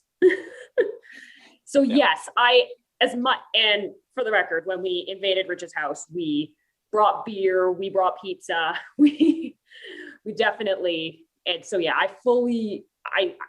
very important to, yes, lean on your friends, but don't exploit them. They're doing you a huge favor. Treat appropriately. Yeah, and well, and I'm gonna jump in there, Mike, just to assuage your conscience there. Like, I do not have a bad I remember it being hot and us laughing the whole goddamn time. Like, that's what I remember of it, and the outcome of it. I mean, I still tell you, I still want that finished version of that. Like, it's a beautiful piece, and it was such a cool thing to do, and it was helping a friend accomplish a project. And it didn't matter if it was hot and that certain members of the cast were grumpy or hungover or whatever, but but we all were. So so yes, the Friends Network is a huge thing. Like everything that I've ever accomplished has been, it starts off as a wacky idea, and then I get as many of my friends involved in my stupid idea and down my rabbit hole of foolishness that I can, and we end up doing something cool, and we're all pretty satisfied with the result. It's not always easy, but that's part of the process. None of it's easy. Like, making music is fucking hard. Like, making videos is not going to be easy, right? Yeah, I'm also sorry. I don't mean to interrupt. No, go for it. I haven't cut you off terribly. I also wanted to add. I have the karma to pay back. Yes. Here's your last of the karma. I also wanted to add, just because this happened as well when I used to model. If you are bringing people on, make sure that if you're bringing someone on to act or model in your video, they know what they're doing, and you're not springing like, hey, we want you to do this crazy body paint thing or whatever on the day of shoot. That didn't happen to me. I've seen that happen on a set, and it's not pretty for anyone involved. And managing expectations. Yeah, manage expectations, and especially if you're hiring, like, I want to hire someone local from the model or burlesque scene. Have a thought to, they're probably going to they may want to bring someone as an observer. And yeah, cover gas, and don't pay exclusively in booze, please. Excellent. That's just my short list of please don't do this to us. Thank you, Eva. I think Michael, I see your hand. Yeah.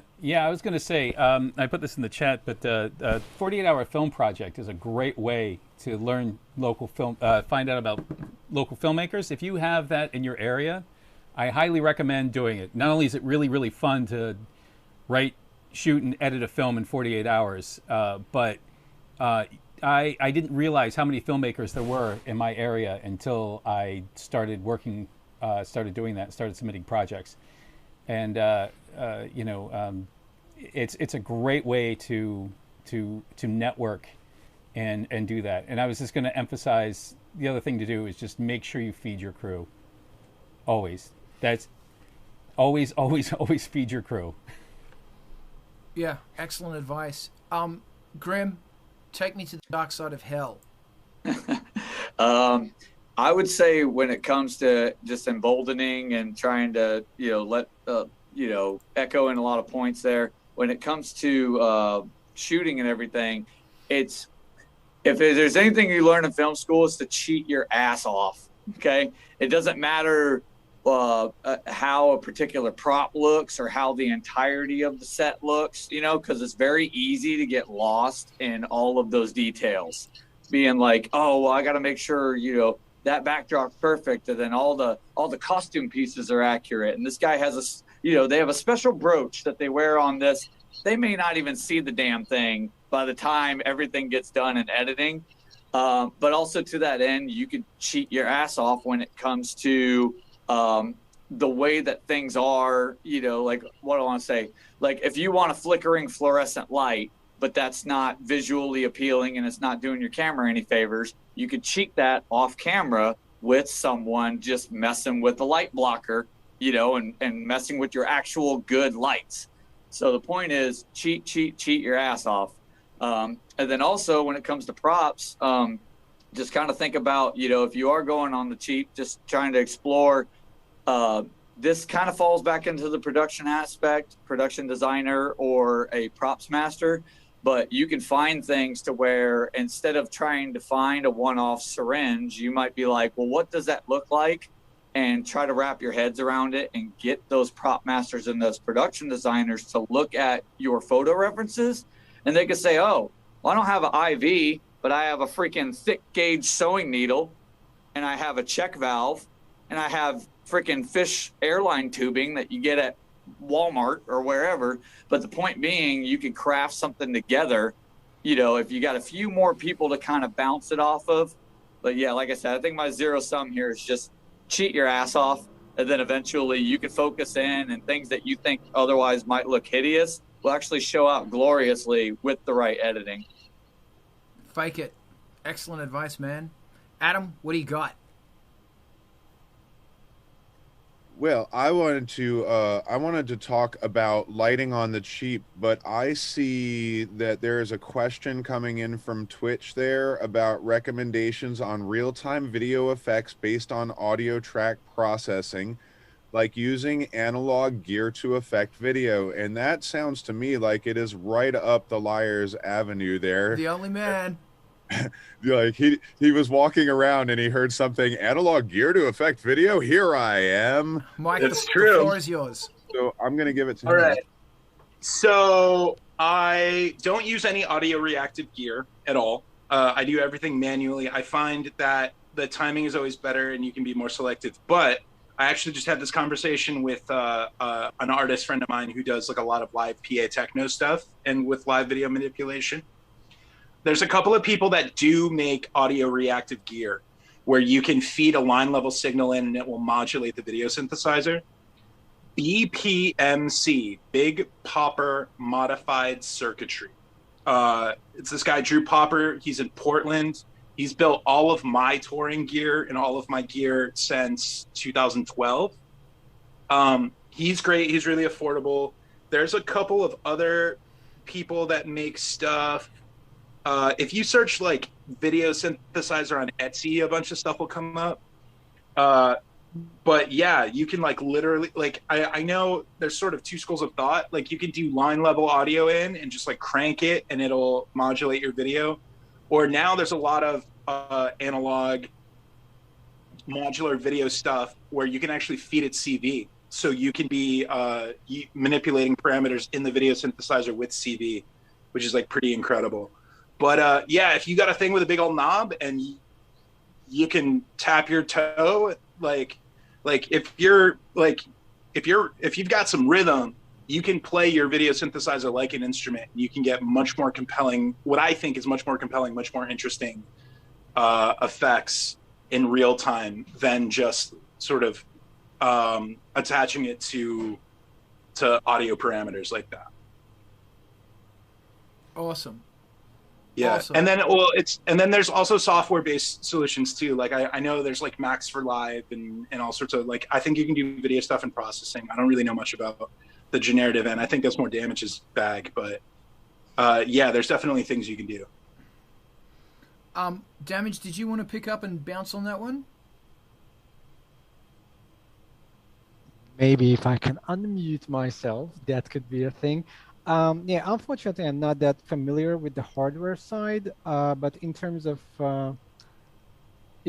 software, I know that basically all the people whose work I really adore, they do use processing and they do use Touch Designer. And in terms of processing, the really great thing about that whole framework is that it was basically created for visual artists who do not necessarily have the mindset of a coder or programmer. I know that people who do programming hate the word coding. They love to say that they're architects, and I pretty much understand the mindset. Sorry for rambling. So whenever it comes to you being a musician but not a coder or programmer, it's pretty easy to pick up on processing and create, just pull in all the either the real-time audio or just an MP3 or WAV file, and then generate something out of it. And the great thing about it is, I don't know which of us said the thing about tutorials. There's an awful amount of tutorials on YouTube as well, and the code that you can use to generate real-time visuals, that's pretty much up on GitHub and a lot of other sites, depositories as well. So it's pretty easy to find stuff there. I'd also like to, just to clarify something. So when we're talking about processing, that's capital P processing. There is a software suite called processing. It's not just the lowercase p idea of processing. Yeah, and thank you for saying that, because sometimes it's really hard to Google for processing related things. But yeah, definitely right. And like, if you want to just pick something and generate something with that, there's this piece of software called Magic Music Visuals, and however simple it sounds, it really can generate to a whole bunch of different things that you can iterate from later on. And I think it has a 2 weeks demo version for PC, so if you just want to mess around with stuff, it's a good practice. Oh, also, sort of a low rent version of this is there's a lot of VJ software out there, and you can route your VJ software to something like OBS and use that to record the output. So if you have a MIDI controller and you're working in, I haven't used VJ software in a long time, but you know what I mean. So like RChaos or like, anything like that, you can be recording the output of whatever visualizer, hell, the Windows Media Player visualizer, and record that with OBS and get a really high quality recording at full raster. And then you can put that into your editing software. Awesome. And if I could also jump in, OBS has the ability to be synced to MIDI. So you can send it MIDI note information that each note changes a scene. And I've successfully clocked it at 16ths at about 150 BPM. So it's real fast. And it doesn't actually chew into the processing as much as you would think it does. If we want to continue on this one, because I wanted to really quickly talk about crowdsourcing. If anybody else wants to talk about the processing, otherwise I'm going to throw it to Aaron, and then I'll take it up on crowdsourcing. No? Bueller. Aaron, it's yours. Hey, one of the last things I want to say, because I know we've been kind of all over the place, I wouldn't underestimate the need to have somebody on set that can help you, whether or not you're even experienced directing, but get someone that can help you with eye contact to where they could actually hold up a visual tool for people to key into. Or they could be the person that helps you with your lighting effects. There's been a billion times where we're trying to rely on tech to shut a light out or make a loud noise, and it just doesn't work. But sometimes you need that person behind the camera to make a loud pop or a clap or get something to get a reaction from somebody, so that really sells the moment or keeps that good, like I said, keeps that good eye contact when you're supposed to be looking at a camera, because the camera is just incredibly impersonal at times. And you find yourself staring above a lens or to the side, and you're not getting what you want, or better yet, you're not getting what you want out of your actors. You can literally have a green ball and be like, it's right here. And everyone that's in the room can follow that, and that can help that drive. But I think that helps lean into the shoestring aspect, because, you could have all the bells and whistles, but when that shit starts falling apart, you might just need an average Joe to be like, look at the puppet. Puppet's over here now. to have some fun with it, you know, and kind of go with that aspect. Your background people can really help sell what you're driving for. So. Cool. Yeah, just to support that super quick, if you're in a position where you can hire crew, but you're limited, I would always say hire an experienced first AD. But if you can't afford a first assistant director with experience, hire a grip, because literally everyone who's ever worked on a film set as a grip wanted to be a director.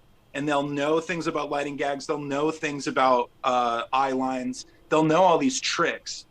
So if you can find somebody who's like worked for a long time, but in either one of those positions, they'll be able to sort of holistically improve the your ability to capture what you want. Cool. Thanks. I just wanted to touch on something else and throw it open to questions, but we were talking, one thing that came up was crowdsourcing. Something I love doing is getting people involved in videos.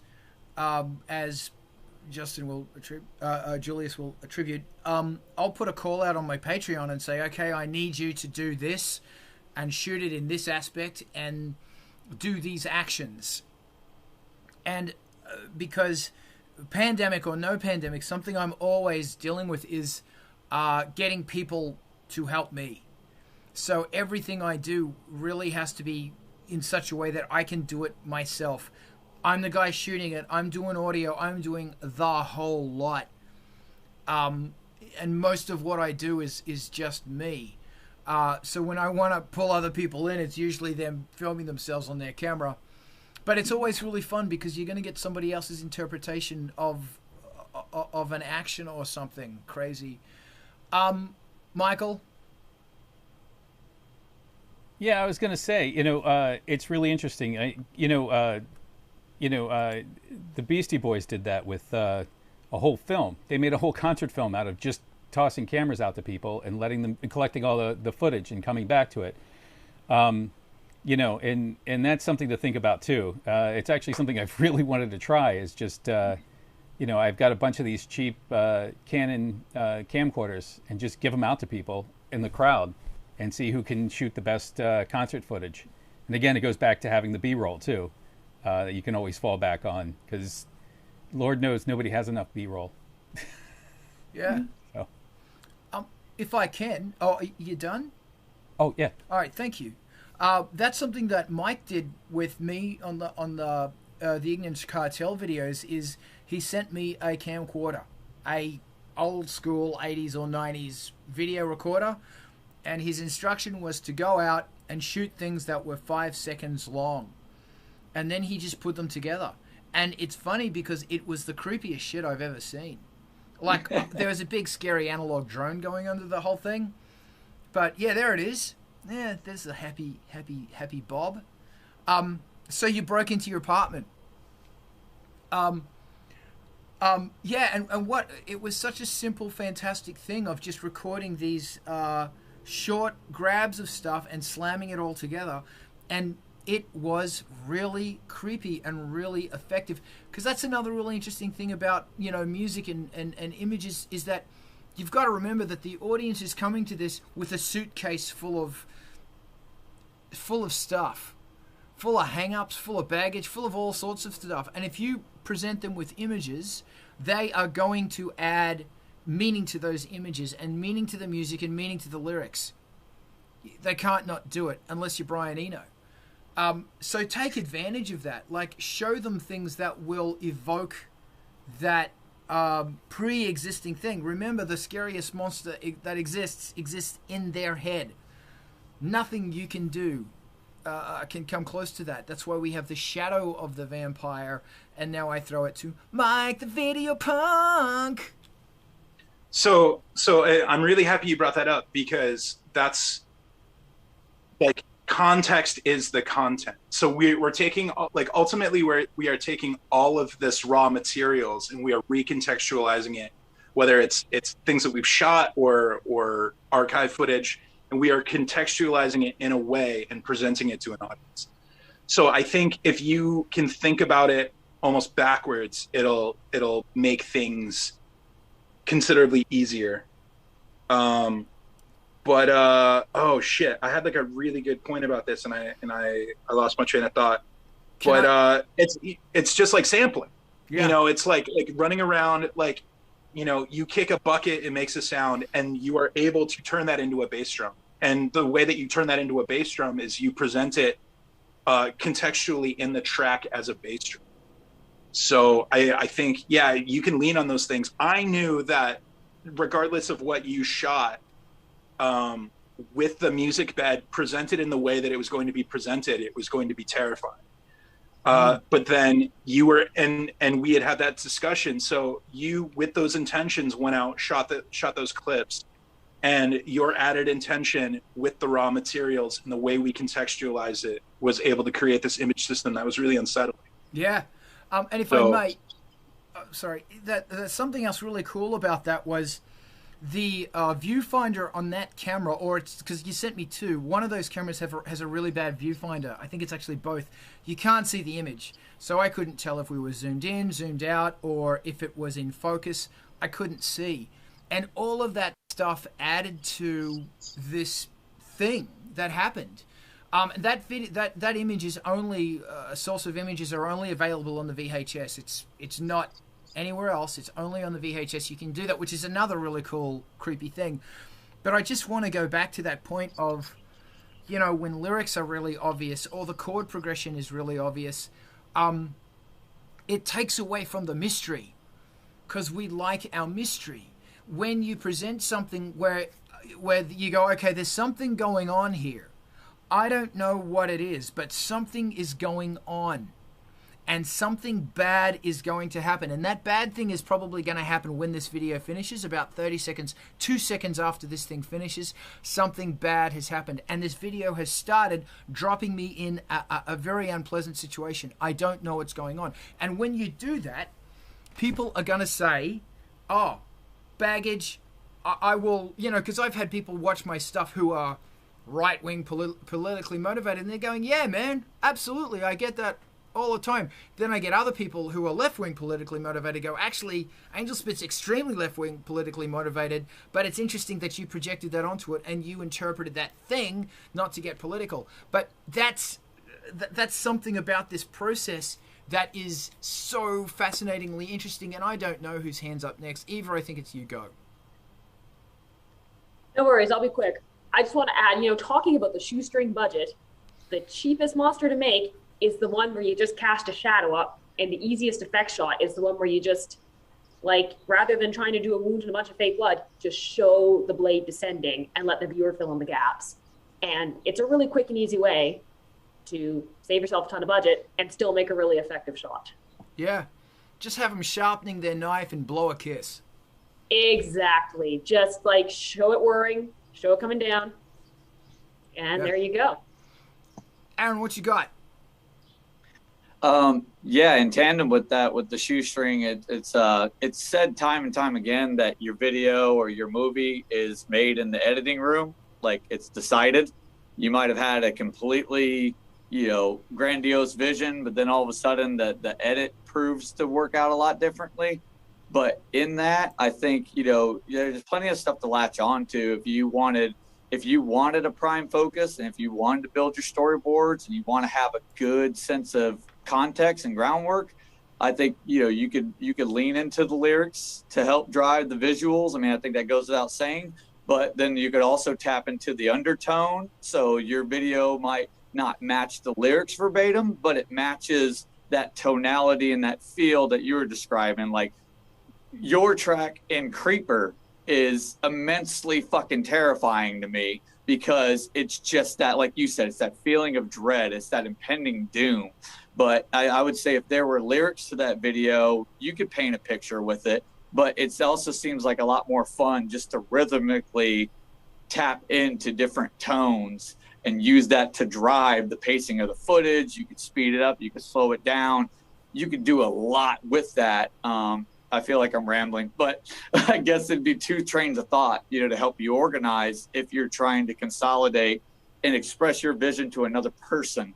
You know what I mean? Because they don't have your little click slider viewfinder. You know, they can't tab picture to picture, but you could say, this is the feel of it. This is the overwhelming feeling of dread, or this is all the happiness in the world, you know, and maybe they can match it to your tonality or they can match it to your lyrics. I see your hand. I'll throw it to you in just a second. Adam, thank you very much, Grim. It's really interesting. Something I learned from Mike, a lot of things I've learned from Mike, but one thing was, but you're a cunt, Mike. Don't get me wrong. Something I learned from Mike, something I learned from Mike was the emotional impact. There's a difference between a cut and a fade. And that cut and fade it's a remarkable thing. And you don't just need to fade to black. You can fade to red or fade up from white or all sorts of things. But yeah, that's something that, you know, in the All Puppet No Master, which is now being played on eMpTyVeeTV 24/7. If you want it dark, eMpTyVeeTV, overly on Twitch. I used a lot of fades. And not only did I use fades, but I jerry-rigged a lamp with a really bad cutoff so that when you moved, you could move in and out of the shadow of that lamp. That was another way of fading. And I will say, Eric, right now, you're out of focus and it looks fantastic. I'm going to shut up. Adam, I see your hand. I was just mostly wondering if everybody is feeling as inspired and educated right now as I am, because I am totally rethinking the way that I'm going to be approaching my in real life shooting music videos from the stuff that you guys have been saying. Like hearing this stuff today, like I know how much it's helping me, so I really hope it's helping everybody else that that has been struggling with doing this. You know, the people that, you know, the reason that we're doing this today is because people responded to us in the groups online, in the artist and musician groups that we're part of online, talking about eMpTyVeeTV, saying, like, we don't even know how to begin, right? Like, we can't afford to make music videos. We're having a hard enough time affording to make our music, you know, and we all go through this. Like, I think most of us in the dark scene anyway, we're a bunch of starving artists. We really are. Very, very few of us are fortunate enough, very few of us are fortunate enough to even really make enough of a living doing our music alone to survive, much less to, you know, invest in more and more creation. It takes a really long time to get to that level. And so what I'm feeling today is that I am going to go out, you know, and make some of the most amazing music videos after hearing what you guys said. I'm totally rethinking the ways that I'm going to approach this, and my mind is just filled with creative possibility now. So thank you guys so much for being a part of this. I do see that we are getting awfully close to 2 o'clock, and I know we've got Space Couch coming on in a little while here and all that kind of stuff. And I'm not trying to overstep Carl's moderation here or anything, but I am wondering if anybody else has any ideas for this shoestring budget creation that we haven't touched on yet while we still have a few minutes. Yeah, what I want to do, I want you guys to think about that, because that's important. There's going to be another one of these, just letting you guys know, because like Adam said, this scene would be nowhere without Diana. Marzi, I think you're top of the pile. Damage, go. Unmuting. Okay, so 3 things that I wanted to say, which has stuff to do with what Adam said about a lot of people coming up and saying, okay, so how do I begin? And one of the things that I do believe is a good idea to go out to your local film school / university and then consult the people there. And I do know that every once in a while, regularly, there are some showcases at specific university departments, and you know that could be a good way to just go out and find a person for you who can help you with videography or creating your music video. That would be one thing. The second thing that might help is AMVs. anime music videos, which might be a bit cheesy to start out with, but once you want to start out and you have one music video out there which does feature your music, that could help a lot, just by feeling better as it is. And the third of all, there are a couple of guys out there on YouTube who do create industrial/dark musical genre related videos, like their Sound Mirror 66, and he just picks the tracks that he likes and creates a wonderful collage for those. So if you just approach him and say, okay, so is this the kind of track that you would like to work with, there's a chance that he might say yes. So these are the things that I wanted to just add to the whole conversation. Thanks, mate. You're the best. Grim, go. This will be quick, I promise. Carl and I briefly talked about Foley the other day. And if you don't know what Foley or Foley is, it's just when you're like, I need a sound and I'm going to fucking make it. Because you could bleed your eyeballs and your brains out trying to scour endless web content, trying to find that perfect ideal sound effect, or you can make it. So that stems to shoestring budget. And one of my favorite things I ever did was got a metric shit ton of cheap glass from Dollar Tree and duct taped the shoebox and slammed it on the ground. And oh, the glorious and hideous sounds of shattering glass that you can make. So if you need something like that in your video to start it, to end it, whatever, I wouldn't underestimate the ability that you have to make sounds in real time. If you got good recording, like an H4n or a good sound recorder, or hell, maybe even your phone will grab it. But Foley, that's a huge thing with shoestring instead of, like I said, scouring for hours and hours. So. Thank you, mate. That's great. Eva, go. One, I'm going to go learn so much that I had no idea about eye tracking and camera angles. I guess my advice for the shoestring budget is just get started.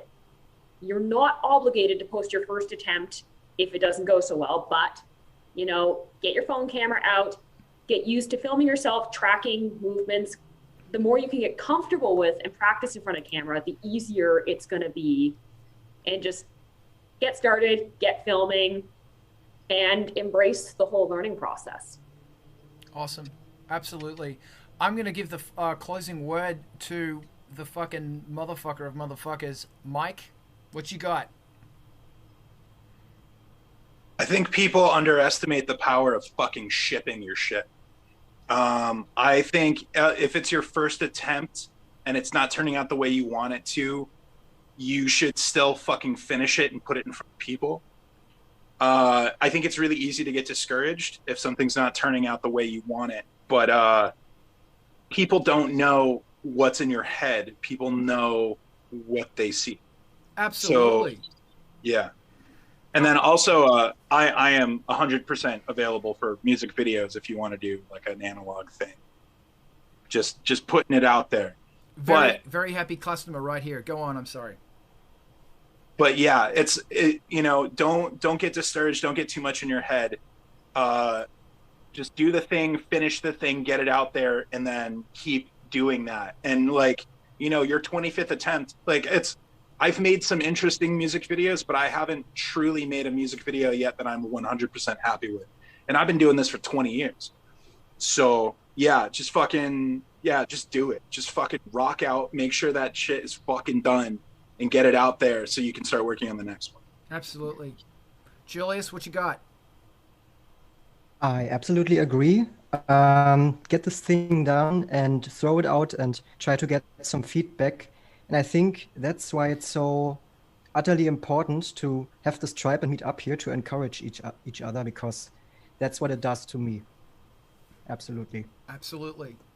All right. That's what we're going to do. We're going to leave it there. I'm going to make some public announcements right now because I like to make some public announcements. Firstly, this time, 9 a.m. LA time every Sunday. Hey, wow. Alex, why weren't you in the conversation? We do this and we meet up and we talk about music and we talk about, as an artist, making it happen. Every Sunday, 9 a.m. That's what we do. And that's brought to you by right here on Angelspit's Twitch. This madness happened because of the remarkable help from Angelspit's Patreon people. They are there. That's the site. Jump on that, because a lot of what we provide is free. And if it's not, it will be eventually. So, this is all about the tribe. I want to send another big congratulations to the one, the only PlanetDamage, whose 8-track EP drops tomorrow, and that's a remix thing. And they're going to be on Space Couch in 1 hour. So if you're on Twitch now, jump on Space Couch, and Brian and you guys, I'm looking forward to it, because you kill me. And I had something else really important to say, and I don't remember what it was. And we're going to do this again. Oh, I know what to say. We're going to do this again. Because there's so much in here. If you like your music hard and dark and 24 hours a day and 7 days a week, eMpTyVeeTV. As I said before, this is mission critical to our tribe. This is going to be so important for getting bands out there. I've been watching it, and I've discovered so many bands that I've never seen. And if you're in a band, what I want you to do is I want you to post it on your social media every week. And then I want you to raid over to eMpTyVeeTV once you're done, which we're going to do in a few moments, because you guys are amazing. So we've got to support this thing and keep it going. I probably forgot. Guys, thank you so much for being a part of this. You guys are like space gods that we'll still write about in 2,000 years, and we'll probably form a religion around it. I know I will. Thank you again. And Adam's hand is up, and Adam's going to take us out. Go, Adam. I just want to say thank you guys so fucking much for doing this with us today. And all of you people out there that are getting something out of this today, I want to repeat what the liar just said a minute ago. Finish the thing and send it to us at eMpTyVeeTV, because we want to get you on. We want to get you on. That's why we're doing this here today, is to get you guys to make something and get it to us so we can get it on the channel. And we love you. Thank you again. Bye. Bye. You guys are the best. Bye. Bye. See you next week, 9 a.m. LA time, Angelspit's damn Twitch. Bye. Bye.